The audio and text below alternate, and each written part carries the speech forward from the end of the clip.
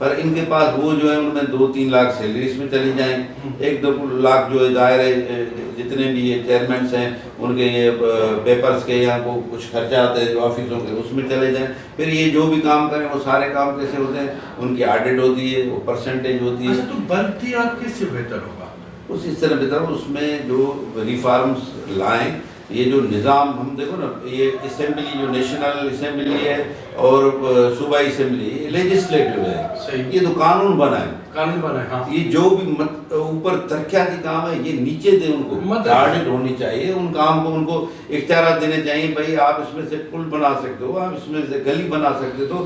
ان مشرف کا نظام جو تھا اتنا اچھا تھا، یقین مانو ابھی اس ٹائم پہ ہم کبھی کہتے ہیں کہ اسکول چاہیے، کافی لوگ ہیں بچوں کے لیے وہ کہتے ہیں ہمارے پاس ابھی پالیسی ہے، اگر اسکول کوئی چلتا ہوا ہے آپ کے پاس چل رہا ہے تو اس میں اگر سیمیز کوڈ ہے تو آپ کو بلڈنگ ملے گی، نہیں ملے گی۔ مشرف کے دور میں تو جہاں پہ ہم نے چاہے وہ اسکول بنا دی، وہ بچے پڑھ رہے ہیں، ابھی بھی اسکول، ابھی بھی آپ گاؤں تو نہیں آئے، شاید میرے پمپ پہ آئے تھے، اگر گاؤں میں اگر آتے تو اسٹاپ پہ ہی سائیں علی شاہ نے اسکول دیا تھا 2-3 کمروں کا، اچھی طرح سے چل رہا ہے۔ اچھا، بلدیاتی بنیادی سہولتوں کے حوالے سے جیسے ڈسپینسری ہے، جیسے ایجوکیشن ہے، جیسے پینے کا پانی ہے یا لائٹس ہے، تو اس میں آپ کیا سمجھتے ہیں کہ اس پر بہتر کام MNA نے کیا؟ ہمارے یہاں تو دیکھو ہلکا جو سب ہلکے کی بات کریں گے، ہمارے یہاں جو MP ہے غلام قادر چاند جو وہ 5ویں مرتبہ MP بنے، اس سے پہلے سینیٹر بنے تھے، وہ ڈسٹرکٹ کے پریزیڈنٹ بھی رہے ہیں 18 سال۔ ہمارے علاقے میں تو ہم دیکھتے ہیں کہ کافی سارے جو روڈ اپروچ کے کام ہیں یا ڈسپینسریوں کے کام ہیں کافی، کیونکہ یہ تو ڈسٹرکٹ پہلے ویسے ہی آصف صاحب، عدی فریال، نیازی حضرابی یہ مال کے ہیں، تو ہمیں تو وافر مقدار میں بجٹ ملتی ہے، کام ہوتے ہیں، کام کرتے ہیں۔ صحیح۔ اچھا سر، ٹاؤن چیئرمین کے حوالے سے میں سوال کروں گا کہ ڈیورنگ الیکشن کے لے کر میں آیا تھا، اب بھی 3 سال کمپلیٹ ہونے جا رہے ہیں، کوئی خاصی ڈیولپمنٹ ٹاؤن کے حوالے سے ہمیں سیکٹر میں نہیں دیکھی ہے؟ تو اس طرح کے دیکھو نا، کام کرنے کے تھوڑے طور طریقے ہوتے ہیں۔ صحیح۔ آپ اگر کسی بھی چیئر پہ بیٹھیں تو آپ اتھرائز ہو جاتے ہیں، اتھارٹی ہو جاتے ہیں، پھر آپ کا کام ہے آپ اس کو لیڈ کریں، کام کریں، کیونکہ اس سیکنڈ میں کام کرنے کا طریقہ ڈھونڈنا چاہیے کہ بھائی میں پہلے ان کی گلیاں بناؤں، ان کی بیوٹیفیکیشن پہ کام کروں، لوگوں کے لیے لائبریریاں، باقی دیکھو نا ابھی ہمارے پاس اس طرح کے کافی چیزیں ہم سوشل میڈیا، پینا فلیکس، فوٹو سیشن پہ کرتے ہیں، وہ صحیح نہیں، عملی کام ہونا چاہیے۔ اگر آپ کوئی بھی عملی کام کرو گے وہ دکھے گا۔ اس سے پہلے چیئرمین تھے منیر شاہ، اس نے ایک اپنی آفس کی بلڈنگ بنائی، جاؤ گے تو آپ کو نظر آئے گی، اور اس میں بھلا ٹھیک ہے اور کوئی کام ہمیں نظر نہیں، آفس تو بنی زبردست۔ اچھا سر، آپ زمیندار بھی ہیں؟ بالکل، زمیندار اتنے بڑے تو نہیں پر کھاتے دار سمجھے، آبادگار سمجھے۔ ماشاءاللہ۔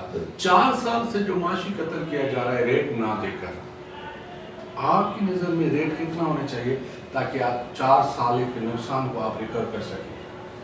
اگر ایز آبادگار مجھ سے پوچھو گے تو سچ پوچھو تو ہم تو ایک توکل پہ چل رہے ہیں۔ بالکل صحیح۔ ہمارے پاس ایسے حالات ہیں، 4 سال سے ہماری جتنے بھی فصل ہے ان کا ہمیں ریٹ نہیں مل رہا، اور جو ہم بازار سے یہ پیسٹی سائڈ لیتے ہیں، فرٹیلائزر لیتے ہیں، بیج لیتے ہیں، وہ اتنی مہنگے ہیں، اور فیول کی جو پرائز ہے آپ دیکھیں گے، یہ تو ایک بات ڈھکی چھپی تو نہیں نا۔ ہم چیئرمین صاحب کے ساتھ گئے تھے لانگ مارچ میں 22 میں، 150 روپے لیٹر تھا۔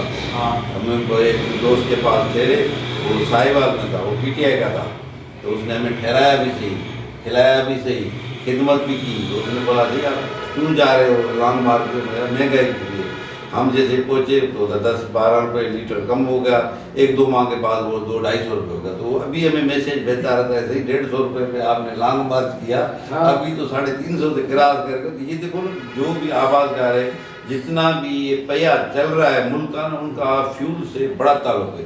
فیول جیسے بڑھے گا آپ کے بجلی کے ریٹ بڑھیں گے، یقین مانو کہ ہر چیز ایسی ہے کہ آدمی ہم تو ابھی اس طرح کا ذہن مائنڈ سیٹ بنا کے رکھا ہے کہ ابھی جو گندم اترے گی نا اس کو رکھ کے بیٹھیں گے اور اپنے مویشی پالیں گے، کوئی دودھ نکالیں گے، کوئی سبزی رکھیں گے، بس جیسے دیہات میں لوگ بیٹھتے تھے گاڑی کو نہیں استعمال کریں گے، زیادہ خرچنے کو مہمان آئے گا کو دیسی مرغی کو پالیں گے، اس کے لیے وہ کاٹیں گے، اس کو کھلائیں گے، ہوٹلنگ پہ نہیں جائیں گے۔